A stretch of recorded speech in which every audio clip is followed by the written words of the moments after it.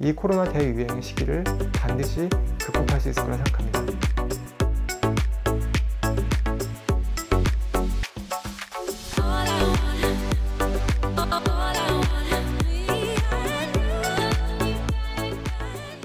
안녕하세요. 저는 응급학과 전문의 닥터K 김근수입니다.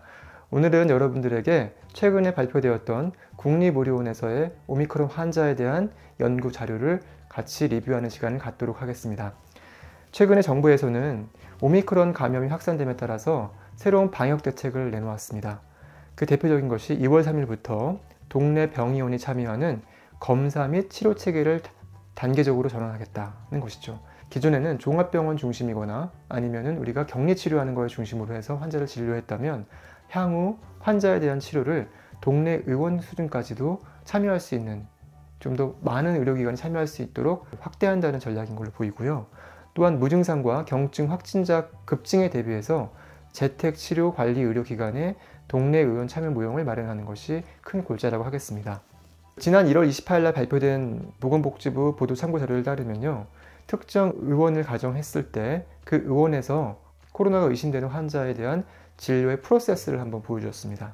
그 프로세스에 따르면은 발열 호흡기 증상이 있거나 의심이 되는 환자가 왔을 때 일단 환자를 진료를 하고 우리가 PCR이 아닌 Rapid Antigen Test, 즉 신속 항원 검사를 시행을 해서 음성으로 판명되는 경우에는 코로나 환자가 아니라고 가정을 하고 그 환자에 대해서 일반적인 감기약을 처방하거나 증상에 맞게 처방하는 것으로 하였고요. 만약에 그 신속 항원 검사에서 양성으로 확인되는 경우에는 다시 한번 PCR을 시행을 해서 양성인 경우에는 코로나 치료제를 사용하거나 아니면 재택치료를 권장하는 식으로 그 진료의 플로우를 보여주는 보도자료를 배포했었는데요. 2월 3일부터는 지정 의원에서도 코로나 환자에 대한 진료, 의심 환자에 대한 진료가 이루어지게 될 것으로 보입니다. 그렇다고 한다면 과연 이러한 변화가 어떤 근거에 의해서 발표되었는지 또 수립되었는지를 확인해 볼 텐데요.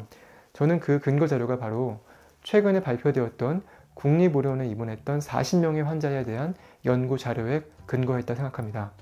이 연구는 국립의료원에 입원했던 40명의 오미크론 감염자들에 대한 임상학적 특징들을 분석한 그런 자료라고 하겠습니다. 오미크론 변종이라는 것은 최초로 보고된 것은 2021년 11월 24일 날 남아프리카 공화국에서 보고가 되었습니다. WHO는 이 새로운 변종을 오미크론이라 명명을 하였고요. Variant of Concern이라고 해서 우려의 변종이다 라고 정의했습니다. 오미크론 베리언트를 생각할 때 세 가지를 고려해야 됩니다. 한 가지는 전파력, 두 번째는 병독성, 세 번째는 면역 회피성입니다. 지금까지의 환자 감염 추이를 봤을 때 전파력은 굉장히 높은 것으로 확인되고 있고, 그리고 기존의 백신에 대해서도 면역을 회피할 수 있는 그런 변이를 가지고 있습니다. 또 한 가지 고려할 것이 이 바이러스로 인해서 생겨나는 비룰런스, 병독성일 텐데요. 대체로 오미크론 감염자들이 중증으로 진행되기보다는 경증으로 끝나거나 아예 증상이 없는 경우가 다수 보고되고 있는 것으로 확인되고 있습니다. 한국의 사례는 2021년 12월 1일 날 최초로 보고가 되었고요. 이분들은 나이지리아 여행을 하고 들어온 가족이었습니다. 2021년 11월 25일에 감염된 것으로 확인이 되었고요. 2022년 1월 24일 현재 감염자 중에 50% 이상이 오미크론 변이에 의한 감염인 것으로 확인되고 있고, 따라서 우리나라에서도 오미크론 변종이 델타를 물리치고 우세종화된 것으로 확인되고 있습니다.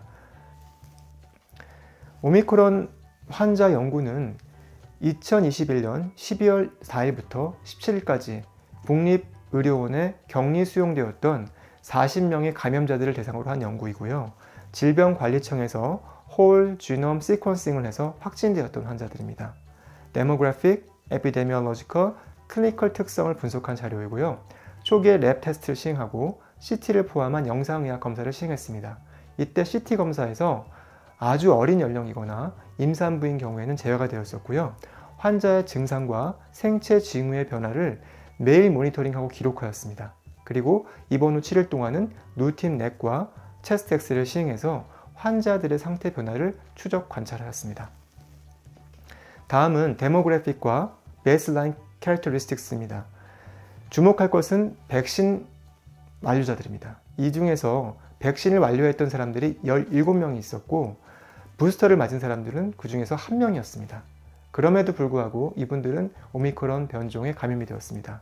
이 말은 오미크론 변종이라고 하는 것이 기존에 갖고 있던 백신에 의해서 형성된 중화 항체를 이스케이프 한다는 것이죠. 이것을 우리가 이뮨 이스케이프로 하는데요. 이 오미크론 베리언트가 바로 우려했던 것처럼 이뮨 이스케이프를 일으킨다는 것입니다. 이것은 중화 항체라는 것은 코로나 바이러스의 표면에 있는 스파이크 프로틴을 표적으로 하고 있습니다. 그렇지만 오미크론 베리언트는 이 스파이크 프로틴에 32개의 변이를 갖고 있기 때문에 기존의 항체들이 이 스파이크 프로틴, 오미크론의 스파이크 프로틴을 표적으로 해서 방어할 수가 없는 것이죠. 그렇기 때문에 오미크론 베리언트는 이 뉴트럴라이징 엔타이바디를 극복하고 우리 몸에 침투해서 감염을 일으킬 수가 있게 된 것입니다. 백신 완료자 17명의 면면을 보게 되면 총 4가지의 백신을 접종한 것으로 확인되었습니다. 파이자 백신이 7명이었었고 모더나 백신 5명, 그 다음에 아스트라제네카 백신이 3명, 존슨 백신이 2명이었습니다. 임상적 특징을 보겠습니다. 감염자 중에서 19명은 증상이 없었어요. 40명 중에 19명이기 때문에 무려 47.5%의 감염자가 증상이 없던 겁니다. 그리고 증상이 있던 경우에는 인후통이나 발열, 두통, 기침, 가래, 콧물, 그리고 근육통, 피로감, 위압감, 그리고 후각이나 미각의 상실이 있었는데 딱 한 명의 경우가 그런 미각과 후각의 감각 소실을 호소하였습니다.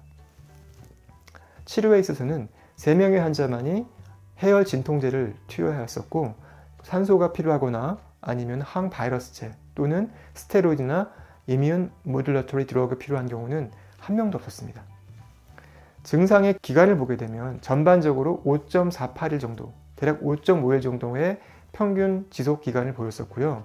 가장 길게 증상을 보인 것은 인후통, 그 밖에는 콧물, 그리고 기침이 있었습니다. 인후통의 경우에는 한 8일 정도까지 보통 보이는 것으로 확인되었습니다.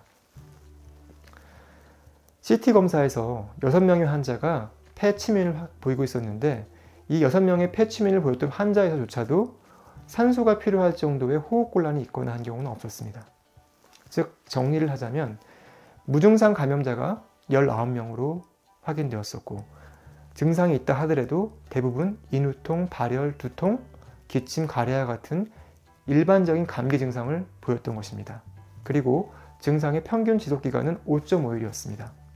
해열제가 필요했던 환자는 3명이 있었고 산소나 스테로이드, 그리고 항바이러스제, 그리고 면역 반응을 모듈레이션 시키는 약물을 필요한 경우는 1명도 없었습니다.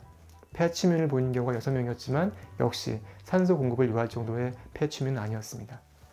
그렇다고 한다면 왜 렁을 인발브했음에도 불구하고 환자들에게 산소가 공급할 정도의 상태가 악화되는 게 없었을까요?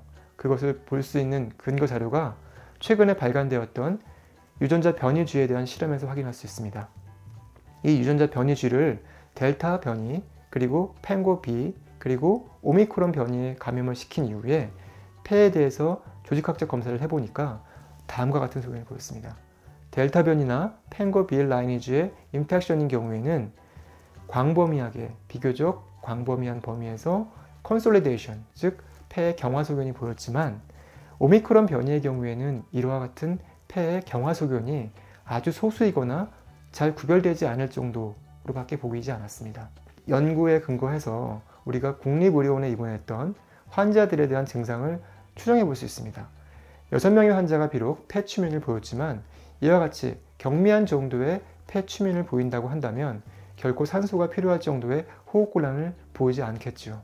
아마 그런 원인이 그와 같이 오미크론이 폐침민을 한다 하더라도 아주 심각한 정도의 병태 생리학적 현상들을 유발하지 않기 때문에 그분들이 그렇게 가벼운 증상으로 넘어가지 않았을까 생각이 됩니다. 따라서 40명의 환자군 중에서 산소치료나 항바이러스제, 면역 조절 약제를 필요로 하는 경우는 단 한 건도 없었다고 보고하고 있습니다. 하지만 이 연구는 한계점이 분명히 있습니다. 연구 대상자가 40명밖에 되지 않았었고 또한 본 연구에는 65세 이상의 환자가 단 3명뿐이었습니다. 그리고 다수의 해외 유입 환자가 있었습니다. 18명이 해외에서 유입된 환자들이고 그 중에 14명이 한국인이고 외국인이 4명이었습니다. 그렇기 때문에 한국에서의 에피데미올로직 그리고 클리니컬 피처를 정의하려면 더 많은 국내 증례가 필요하다고 하겠습니다.